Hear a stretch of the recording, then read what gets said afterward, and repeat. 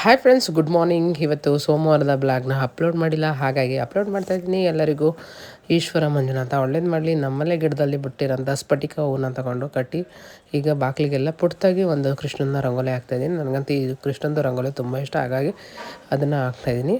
ಬನ್ನಿ ಈಗ ಸ್ನಾನ ಮಾಡಿ ವಾರ ಮಾಡ್ತಾಯಿದ್ದೀನಿ. ಸೋಮವಾರ ದಿನ ನನಗೆ ಇಷ್ಟವಾದ ದಿನ, ನನ್ನ ಮಂಜುನಾಥ ಪೂಜೆ ಮಾಡಲೇಬೇಕು. ಹಾಗಾಗಿ ಬೇಗ ಎದ್ದು ನಾನು ಈಗ ರೆಡಿಯಾಗಿ ಸ್ನಾನ ಮಾಡ್ಕೊಂಡು ರಾಯನಿಗೆ ಮೊಟ್ಟೆ ಬೇಯಿಸ್ಬೇಕು. ಹಾಗೆ ಅಮ್ಮನಿಗೆ ತಿಂಡಿ ಮಾಡಿಟ್ಟಿದ್ದೀನಿ, ಅಮ್ಮ ತಿನ್ನಲ್ಲ ಅಂತಾರೆ. ಹಾಗಾಗಿ ಮುದ್ದೆ ಮಾಡಿಟ್ಟು ಹಾಗೆ ಸ್ವಲ್ಪ ಮೊಟ್ಟೆನ ಬೇಯಿಸಿಟ್ಟು ನಾನೀಗ ಡ್ಯೂಟಿಗೆ ಹೊರಡ್ತೀನಿ. ಡ್ಯೂಟಿಯಿಂದ ಬಂದು ಆನಂತರ ಇವತ್ತು ಬೆಟ್ಟಳ್ಳಿಲಿ ಲಕ್ಷ್ಮೀದೇವಿ ಜಾತ್ರೆ ಇದೆ, ಅದನ್ನೆಲ್ಲ ನಿಮಗೆ ತೋರಿಸ್ತೀನಿ ವಿಡಿಯೋ ಮುಖಾಂತರ. ಬನ್ನಿ.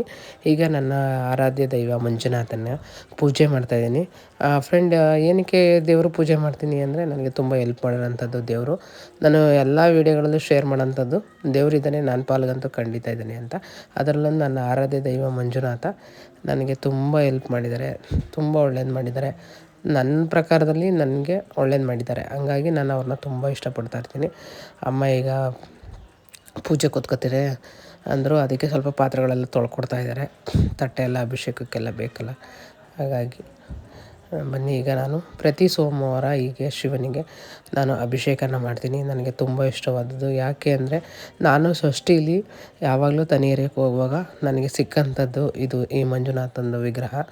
ಅದೇನೋ ನನಗೆ ಅದೊಂದು ಮಿರಾಕಲ್ ಅನ್ನೋದಕ್ಕಿಂತ, ನಾನು ಅಲ್ಲಿ ಪೂಜೆನ ಮಾಡಬೇಕಂದ್ರೆ ಮತ್ತು ಅಲ್ಲಿ ಪ್ರದಕ್ಷಿಣೆಯನ್ನೇ ಹಾಕಬೇಕಾದ್ರೆ ಸಿಕ್ತಂಥದ್ದು. ಹಂಗಾಗಿ ನಾನು ತೊಗೊಂಬಂದು ಇದನ್ನು ನಾನು ಬದುಕಿರೋ ತನಕ ಪೂಜೆ ಮಾಡಬೇಕು ಅನ್ನೋದು ನನ್ನದೊಂದು ಕನಸು. ಹಾಗಾಗಿ ನಾನು ಯಾವಾಗಲೂ ಮಂಜುನಾಥನಿಗೆ ಪೂಜೆನ ಮಾಡ್ತಾ ಇರ್ತೀನಿ. ನೀವು ಅಷ್ಟೇ ದಯವಿಟ್ಟು ಸೋಮವಾರ ಪೂಜೆ ಮಾಡೋದ್ರಿಂದ ಮಂಜುನಾಥನಿಗೆ ತುಂಬ ಒಳ್ಳೆಯದಾಗುತ್ತೆ.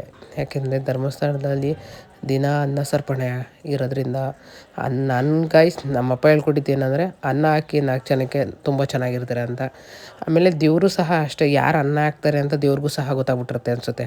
ಅದಕ್ಕೆ ದೇವರು ಅವ್ರವ್ರ ಕೈಲಿ ಫಂಕ್ಷನ್ ಮಾಡಿಸೋದಾಗಲಿ, ಇನ್ನೊಬ್ರ ಬಗ್ಗೆ 4 ಜನಕ್ಕೆ ಅನ್ನ ಹಾಕೋದಾಗಲಿ ಮಾಡ್ತಾರೆ. ಅದು ನನಗೊಂದು ಖುಷಿ ಇದೆ. ಯಾಕೆಂದರೆ ನನಗೆ ಅನ್ನ ಇಲ್ಲದ ಸಮಯದಲ್ಲಿ ಇವಾಗ ಕಣ್ಣಿಗೆ ಬೇಕಾದ ಊಟ ತಿನ್ನೋಂಥ ಟೈಮ್ ಬಂದಿದೆ ಅಂತ. ಬನ್ನಿ, ಈಗ ಅಮ್ಮನಿಗೆ ಮುದ್ದೆ ಇಟ್ಟು ಮೊಟ್ಟೆ ಬೇಯಿಸಿ ನಾನು ಹೊರಡ್ತಾಯಿದ್ದೀನಿ ಡ್ಯೂಟಿಗೆ. ಪಾಂಡವಪುರದಿಂದ ಸ್ಟೇಷನ್ಗೆ ಹಾಕಿ ಅಲ್ಲಿಂದ ಮೈಸೂರು ನಾನು ಡ್ಯೂಟಿಗೆ ಹೋಗ್ತಾಯಿದ್ದೀನಿ. ಫ್ರೆಂಡ್, ಡ್ಯೂಟಿಲಿ ಯಾವುದೇ ಥರ ವೀಡಿಯೋನೂ ಅಲೋ ಇಲ್ಲ. ಈಗ ನಾನು ಬರೋಷ್ಟರೊಳಗಡೆ ಸಂಜೆ ಆಗಿತ್ತು. ಹಾಗೆ ಅಂಗಡಿಗೆ ಹೋಗಿ ಬರೋಣ ಅನ್ನೋಷ್ಟರೊಳಗೆ ಬ್ಯಾಟ್ರಿ ಲೋ ಆಗೋಗಿತ್ತು. ಹಾಗಾಗಿ ಯಾವುದೇ ವೀಡಿಯೋನ ವೀಡಿಯೋ ಮಾಡೋಕ್ಕಾಗಲಿಲ್ಲ.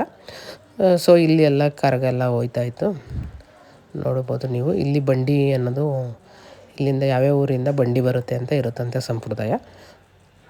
ಹಾಗಾಗಿ ಬಂಡಿ ತೊಗೊಂಡು ಹೋಗ್ತಾಯಿದ್ದಾರೆ. ಫ್ರೆಂಡ್, ಹೀಗೆ ನೋಡ್ತಾ ಇರಿ ಜಾನು ದೊಡ್ಡ ಪಪ್ಪಯ್ಯ ಕನ್ನಡ ಬ್ಲಾಗ್ನ. Thank you so much.